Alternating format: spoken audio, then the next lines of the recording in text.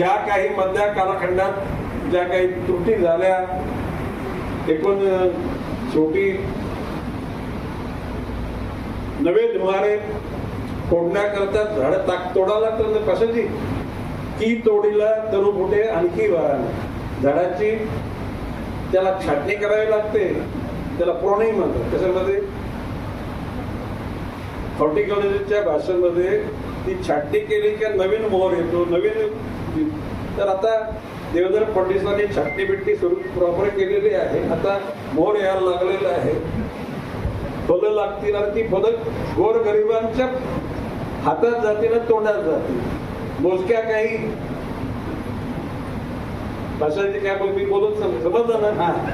तर तो प्रसाद सत्यनारायणाचा एकटा घरात गेला पाहिजे का प्रत्येकाला थोडा मिळाला पाहिजे? ताई तुम्हाला विचार, तुम्ही प्रत्येकाला मिळाला तर त्याला प्रसाद म्हणतात, नाही तर त्याला शिरा म्हणतात. काय एकट्यात कोणाच्या बशीत गेला तर म्हणतात शिरा, पण थोडा गेला तर त्याला म्हणतात प्रसाद. आणि भविष्य काळामध्ये होणाऱ्या प्रगतीच्या अनुषंगानं जी फलं निर्माण होतील ती सगळ्यांना त्यात ती चाकता आली पाहिजेत. आणि आज मला अतिशय आनंद वाटतो, सेवा विवेक ग्रामच्या या विकास केंद्राच्या माध्यमातून श्री प्रदीप गुप्ता यांनी 14 वर्ष आपली तपश्चर्या. प्रदीप गुप्ताला जर एक कृषीचं नको त्यांचं काहीतरी फॉरेस्टवर कोण आलेत का रे, दुसरी झाडं आणायची ते प्रदीप गुप्तांना. आता सिम्बॉलिक तुळशी झाड देतो तर त्यावेळेला इथे बेलाची झाडं, सुरंगीची झाडं, त्याच्यानंतर आपल्या मोहाची झाडं, ही सगळी 100 झाडं तुम्हाला बक्षीस द्यायला मी त्यांना सांगतो वनापाणी. आणि मला माहिती की तुमच्याकडे एक पण झाड मारणार नाही. आणि लोकेश पण त्याच विचारसरणीचा. तर तुम्हा दोघांचं कौतुक. मला नंदू जोशी, आम्ही 8वी 9वी 10वी आम्ही एकत्र शिकलेलो. नंदूजींचे वडील आमचे हेडमास्टर होते, म्हणजे अतिशय शिस्तबद्ध. नंदू जोशी हे ए डिव्हिजन मध्ये म्हणजे त्याला काय म्हणतो शिस्तबद्ध विद्यार्थी, आणि मी बंडखोरा पाहिजे आणि म्हणून मी पी डिव्हिजन मध्ये होते. परंतु आमच्या सगळ्या गुरुजींनी सांगितलं तर की आंबेडकर आपल्या हा पोरगा पुढे जाणार.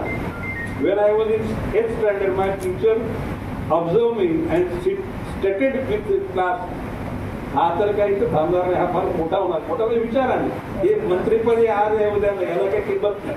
परंतु आपल्या मनाची धारणा पक्की करून जात धर्म पंथ वर्ण वर्गाच्या पलीकडे जाऊन माणुसकी धर्माचं जतन करण्याची जी धारणा असते ती यशस्वी करण्याकरता आपण सगळे कटिबद्ध राहूया. सेवा विवेकच्या कार्याचं गुणगौरव करताना सर्वच त्यामध्ये सहभाग घेणाऱ्या सगळ्या तुमच्या आदिवासी महिला असतील, तुमच्या ते स्वयंसेवक असतील, त्यांचं सुद्धा कार्य असं वाढत राहावं ही सदिच्छा.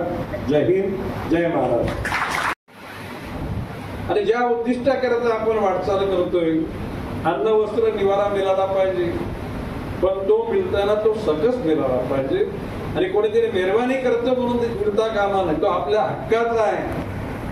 आणि तो हक्क आपल्याला ज्याला त्याला प्रदान निश्चितपणे करायचं.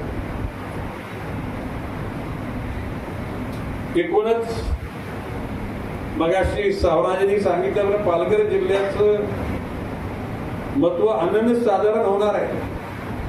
मी आत्मविश्वास सांगतो येत्या 5 वर्षामध्ये पालघर जिल्ह्यामध्ये 3 लाख कोटी रुपयाची इन्व्हेस्टमेंट होणार आहे. किती?